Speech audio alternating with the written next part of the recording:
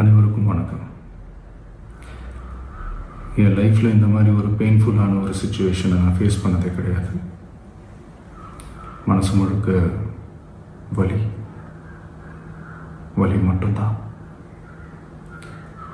இந்த சுற்றுப்பயணத்தில் என்னென்ன மக்கள் பார்க்க வராங்க, அதுக்கு ஒரே ஒரு காரணம் தான், அவங்க என் மேலே வச்சிருக்கிற அன்பும் பாசம்.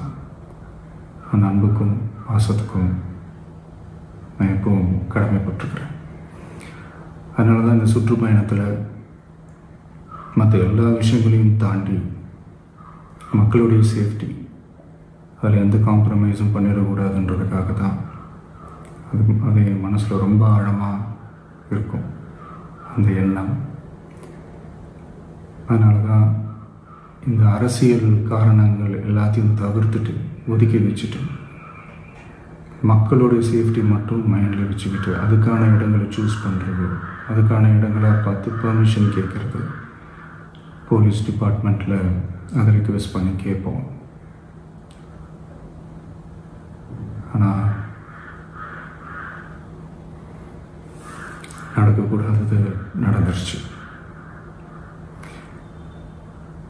நானும் மனுஷன் தானே. அந்த நேரத்தில் அத்தனை பேர் பாதிக்கப்பட்டு இருக்கும்போது எப்படி அந்த ஊரை விட்டுட்டு என்னால் கிளம்பி வர முடியும்?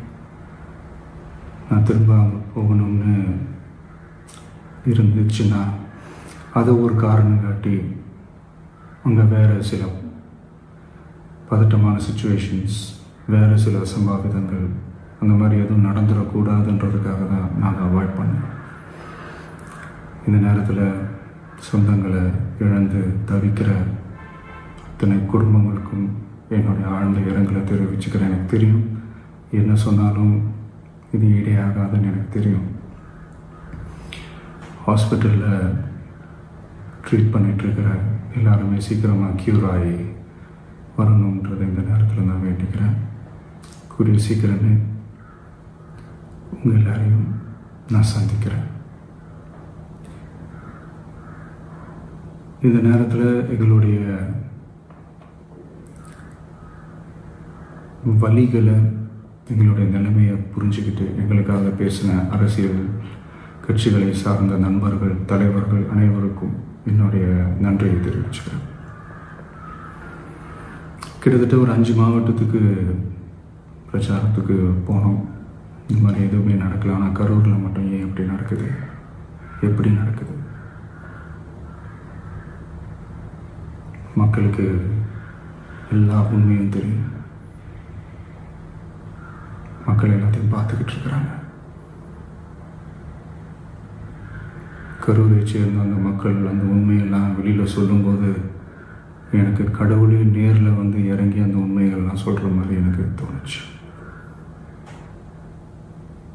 சீக்கிரமே எல்லா உண்மைகளும் வெளியில் வரும்.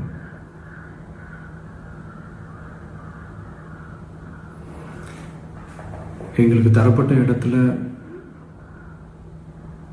நாங்கள் போய் அந்த ஸ்பாட்டில் நின்று நாங்கள் பேசிட்டு வந்தோம். அதை தாண்டி எந்த தவறும் எங்கள் சைடில் நாங்கள் எதுவுமே செய்யலை.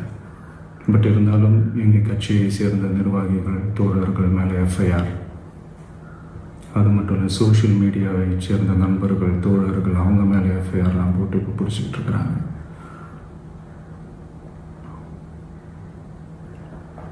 சிஎம் சார், உங்களுக்கு ஏதாவது இந்த பழி வாங்கணும் அப்படின்ற எண்ணம் ஏதாவது இருந்துச்சுன்னா